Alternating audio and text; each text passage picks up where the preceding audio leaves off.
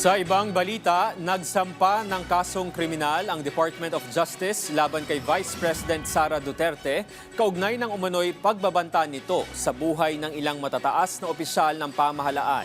Si Sheila Natividad sa sentro ng balita. Nahaharap ngayon sa kasong kriminal kaugnay ng umano'y grave threat si Vice President Sara Duterte matapos itong ihain Department of Justice sa Quezon City Regional Trial Court nitong Martes. Dahil ito sa muli pagbabanta ng bise sa buhay ni na Pangulong Ferdinand R. Marcos Jr., First Lady Liza Araneta Marcos at dating House Speaker Martin Romualdez. Sa dokumentong ito ng inihaing kaso sa korte, nakasaad na ang pagbabanta mula sa Vice-Presidente ay may kaparusahan sa ilalim ng Republic No. 10175 o Cybercrime Prevention Act of 2012. Nangyari ang pagbabanta noong taong 2024 sa isang online press conference. Sabi ng bise, may kinontrata na umano siya para kitilin ang buhay ng Pangulo at ilang miyembro ng pamilya nito kapag may nangyaring masama sa kanya. Walang habas ding pinagmumura sina Pangulong Marcos Jr. at pamilya nito. Ninyong lahat, Martin Romualdez, Lisa Marcos, Bongbong Marcos. Bago ito na ihain ng DOJ bilang kaso, inimbestigahan muna ng National Bureau of Investigation ang nasabing pahayag. Noong 2025, inirekomenda nila ang pagsasampa ng reklamong 3 counts of grave threats at 1 count of inciting to sedition laban sa Vice-Presidente. Sa investigasyon ng NBI, nakita nito ang umano'y reasonable certainty of conviction para sa mga nabanggit na criminal charges batay sa mga ebidensyang nakalap ng ahensya.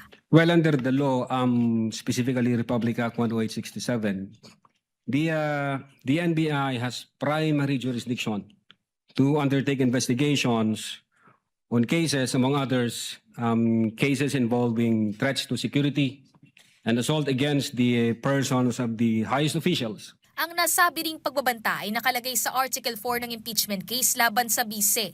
Isa pa lamang ito sa 4 na artikulo ng kanyang impeachment case na nililitis ngayon sa Senado. Pero sabi ng legal counsel ng bise na si Attorney Paul Lawrence Lim, inihanda na nila ang kanilang kampo para sa ganitong posibilidad ng pagsasampa ng reklamo.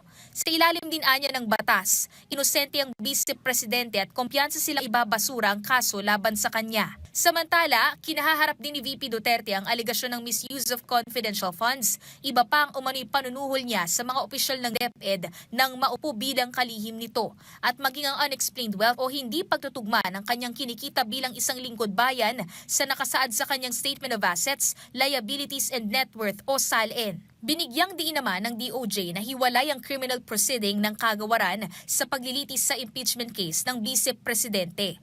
Sa impeachment trial ay layuning matukoy kung may sapat na batayan para panagutin ang impeachable official, habang ang paglilitis naman sa DOJ at Korte ay nakatuon sa posibleng kriminal na pananagutan niya sa ilalim ng batas.